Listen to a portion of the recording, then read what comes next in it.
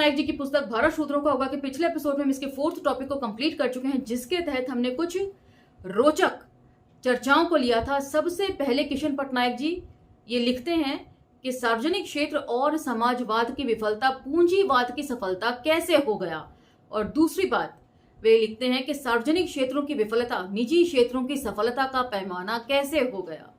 यदि सरकार को निजी क्षेत्र चाहिए तो निजी क्षेत्रों के ऊपर भी वही कसौटियां लागू की जानी चाहिए जो सार्वजनिक क्षेत्रों के ऊपर होती हैं, और यदि निजी क्षेत्र सरकारी हस्तक्षेप नहीं चाहता अपनी नीतियों में तो उसे सरकार से किसी भी तरह की रियायत या कर में छूट नहीं मांगनी चाहिए।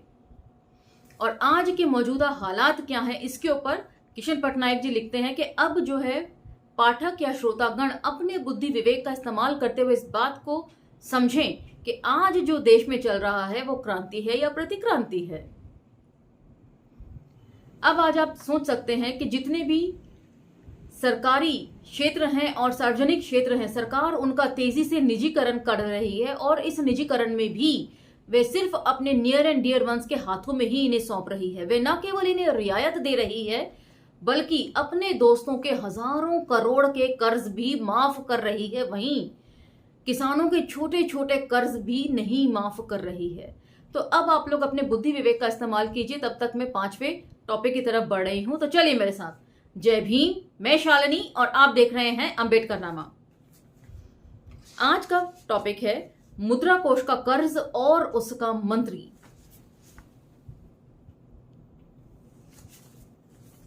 कहा जा रहा है कि गैट समझौते का कोई भी देश अकेले अपनी तरफ से कोई दंडात्मक कार्रवाई नहीं कर सकता, लेकिन इस पूरे अभियान का अगुवा अमेरिका अभी भी सुपर 301 के तहत कार्रवाई की धमकी दे रहा है। यह क्रम शायद कभी भी बंद ना होगा। सुपर 301 का मतलब यह है कि दुनिया के दूसरे देशों को, खास कर विकासशील कहलाने वाले देशों को, अपनी आर्थिक नीतियां अमेरिका के अनुरूप बनानी पड़ेंगी। 1988 में अमेरिकी कांग्रेस द्वारा पास की गई व्यापार नीति अपनाने वाले देशों को अमेरिका का दुश्मन मानकर उसके खिलाफ कदम उठाए जाएंगे। इसी नियम के तहत भारत को चेतावनी दी गई और अब कहा जाता है कि उसके खिलाफ कार्रवाई स्थगित कर दी गई है। तो जिक्र 1990 का हो रहा है, और जहां तक मेरी याददाश्त मेरा साथ दे रही है, उस समय अमेरिका के जो राष्ट्रपति थे वो जॉर्ज बुश थे, जो बेहद अड़ियल, जिद्दी स्वभाव के और एक इगोइस्टिक इंसान माने जाते थे। इससे पता चलता है कि न केवल भारत ने बल्कि अमेरिका जैसे शक्तिशाली देश में भी दो राजनीतिक गुटों के बीच में कितनी खींचतान होती है। एक राष्ट्रपति अपने से पिछले राष्ट्रपति की लागू की गई नीतियों को खारिज भी कर सकता है अपने जिद या अपने मन मुताबिक। मान लीजिए कि भारत का कोई शासक अमेरिकी दबाव के आगे झुकना चाहता है, तो क्या वे खुलेआम और लिखित दस्तावेज में ऐलान करे कि हमें अमेरिका की सभी शर्तें मंजूर हैं, या अमेरिका इतना बुद्धू है कि अपेक्षा रखेगा कि भारत की सरकार उसकी शर्तों को खुल्लम खुल्ला कबूल करेगी। अमेरिका की शैली ऐसी है कि वे धमकी तो खुलेआम देगा, लेकिन उस पर जो समझौता होगा उसके मुद्दे दलालों और नौकरशाहों के माध्यम से तय होंगे। इंदिरा गांधी की तीसरी सरकार बनने के बाद इस तरह की कुछ व्यापारिक नोकझोंक हुई थी। इंदिरा गांधी को नतमस्तक होना पड़ा था। इंदिरा गांधी ने जोर जोर से कहा कि हम बिना किसी शर्त के कर्ज ले रहे हैं। लिखा पढ़ी में कहीं कोई शर्त या बंधन नहीं था, लेकिन सरकार की आर्थिक नीतियों में गुणात्मक परिवर्तन आने लगा। 1956 की औद्योगिक नीति कागज पर ज्यों की त्यों रही, लेकिन उसकी आत्मा को मार दिया गया। जिस नए मोड़ की शुरुआत हुई उसको राजीव काल में आगे बढ़ाया गया। नए किस्म के उद्योग तेजी से बढ़ने लगे और उपभोक्ता क्रांति पैदा हो गई। रंगीन टीवी से लेकर मारुति कार, दुपहिए वाहन, वीसीआर और विदेश यात्रा का नया संसार खड़ा हो गया। मैं समझती हूँ दुनिया का आपके लिए खुल जाना ये कोई नेगेटिव बात नहीं है, ये एक पॉजिटिव एस्पेक्ट है। दुनिया जिस तरीके से तेजी से बदल रही है, हमें दुनिया के साथ अगर हम जुड़ना चाहते हैं तो अपनी पॉलिसीज, अपनी नीतियों में बदलाव करना कोई गलत बात नहीं है, लेकिन अपने आप को पूरा दूसरे हाथों में बेच देना ये गलत है, और मौजूदा सरकार ने यही किया है। दो सरकारों की नीतियों के फर्क को अगर आप समझ सकते हो तो इस चीजों से समझ लीजिए। इसमें जो लिखा है वो सारा का सारा कांग्रेस के कार्यकाल के दौरान अमूमन लिखे गए लेख हैं। उसका आप मौजूदा सरकार की नीतियों से कंपैरिजन कर सकते हैं। अमेरिकी बाजार और अमेरिकी स्वार्थ के एक प्रमुख पत्र टाइम साप्ताहिक ने भारत की नई आर्थिक नीति के नतीजों को गदगद होकर एक रपट छापी थी कि भारत में अब 10 से 20 करोड़ ऐसे भारतीय खरीदार तैयार हो गए हैं जिनको भोग सामग्री का चस्का लग गया है। उनकी चाह कि अब था नहीं, वे रुकेगी नहीं, उन सारी चीजों के लिए ललचाएगी जो यूरोप के लोग भोग रहे हैं। टाइम ने कहा, देखा अब गृहिणियां vacuum cleaner with in bracket एक किस्म का झाड़ू खरीदना चाहती हैं जिसकी कीमत 4,000 से 5,000 रुपए है। टाइम के लिए ये एक नई सामाजिक क्रांति का लक्षण है। तो यहाँ पर किशन पटनायक जी ने इसे काफी सरकास्टिकली लिखा है, व्यंग्यात्मक शैली में लिखा है, लेकिन मैं जानती हूं कि घरेलू औरतों के लिए वैक्यूम क्लीनर एक वरदान से कम नहीं है। यदि वे इसके जरिए अपना समय बचाना चाहती हैं तो इसमें वे क्या गलत करती हैं? मुझे इसमें कोई गलती नजर नहीं आती। आधुनिक उपकरणों के इस्तेमाल में मैं खुद एक गृहिणी हूं और करती हूं समय बचाने के लिए जूसर, मिक्सर या ग्राइंडर का इस्तेमाल बजाय सिलबट्टे पे चटनी पीसने के। उससे आपका शारीरिक श्रम और समय दोनों की बचत होती है। तो आधुनिकीकरण का जो पैमाना है किशन जी का, मैं उससे पूरी तरह सहमत नहीं हूं। आपकी क्या राय है, आप मुझे जरूर बताइएगा। इस सामाजिक क्रांति के अन्य परिणाम भी निकले। भोग संस्कृति के बढ़ने के साथ साथ मूल्य वृद्धि, बेरोजगारी, अपराध और गांव की बर्बादी की दर में तेजी आने लगी। फलस्वरूप जो असंतोष पैदा हुआ उसका राजनीतिक फायदा उठाने के लिए सारे कांग्रेस विरोधी राजनीतिक नेताओं ने राजीव गांधी की अर्थ नीतियों को दोषी ठहराया।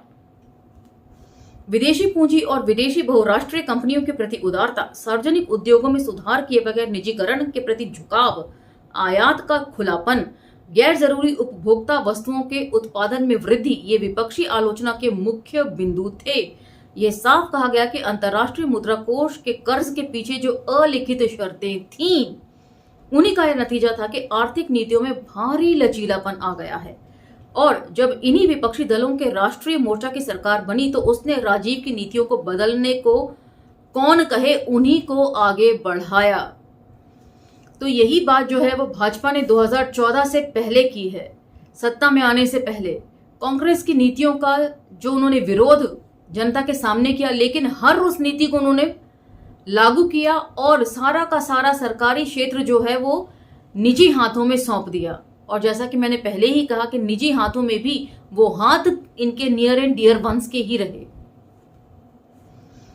और अब इन्हीं विपक्षी दलों ने राष्ट्रीय मोर्चा की सरकार बनी तो उसने राजीव की नीतियों को बदलने को कौन कहे उनको आगे बढ़ाया। उसकी उद्योग नीति, आयात निर्यात नीति, उसके द्वारा पेश बजट और सबसे बढ़कर निरंतर कर्ज लेते रहने की नीति वही रही जो अमेरिका और पश्चिमी जगत के अनुकूल थी।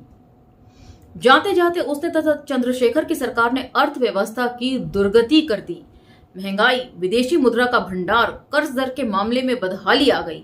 और इसके बाद जो कांग्रेसी सरकार आई उसने इंदिरा राजीव की नीतियों को मुकाम पर पहुंचाने के लिए कोई कसर नहीं छोड़ी है। पर नई सरकार के मुखिया नरसिम्हा राव ने जब अपने अनुभवी राजनेताओं की टोलियों में से किसी को वित्त मंत्री बनाने की जगह एक नौकरशाह मनमोहन सिंह को ये महत्वपूर्ण काम सौंपा तो सबको हंसी आई।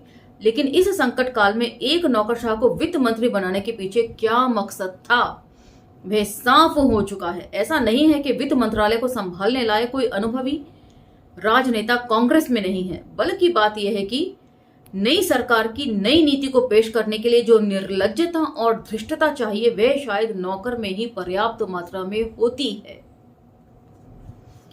सिर्फ एक नौकरशाह ही कह सकता है कि बहुराष्ट्रीय कंपनियों के पास ही वह चीज है जो भारत की आर्थिक प्रगति की कुंजी है। लोग अज्ञानतावश बहुराष्ट्रीय कंपनियों और विदेशी पूंजी का विरोध कर रहे हैं। कुछ किताबी बुद्धिजीवी लोगों ने इसके बारे में आतंक फैला रखा है। अगर विदेशी पूंजी लगाने वालों के लिए बाधक साबित होगा तो हम फेरा जैसे कानून को बदल देंगे। अब ये फेरा किस किस्म का कानून है इसकी मुझे कोई नॉलेज नहीं है फिलहाल, इसके ऊपर मैं सर्च करूंगी, लेकिन आप भी मुझे जरूर मेरा मार्गदर्शन कीजिएगा यदि आपको मालूम हो इस कानून के बारे में। आप विद इन ब्रैकेट विदेशी व्यापारी चाहेंगे तो हम लाइसेंस, परमिट, अनुमति लेने जैसे सारे संकट मिटा देंगे। आपके अनुसार सारा नियम बदल देंगे, रुपए को कौड़ी बना देंगे। और बता दूं, आज रुपया टके से भी नीचे है।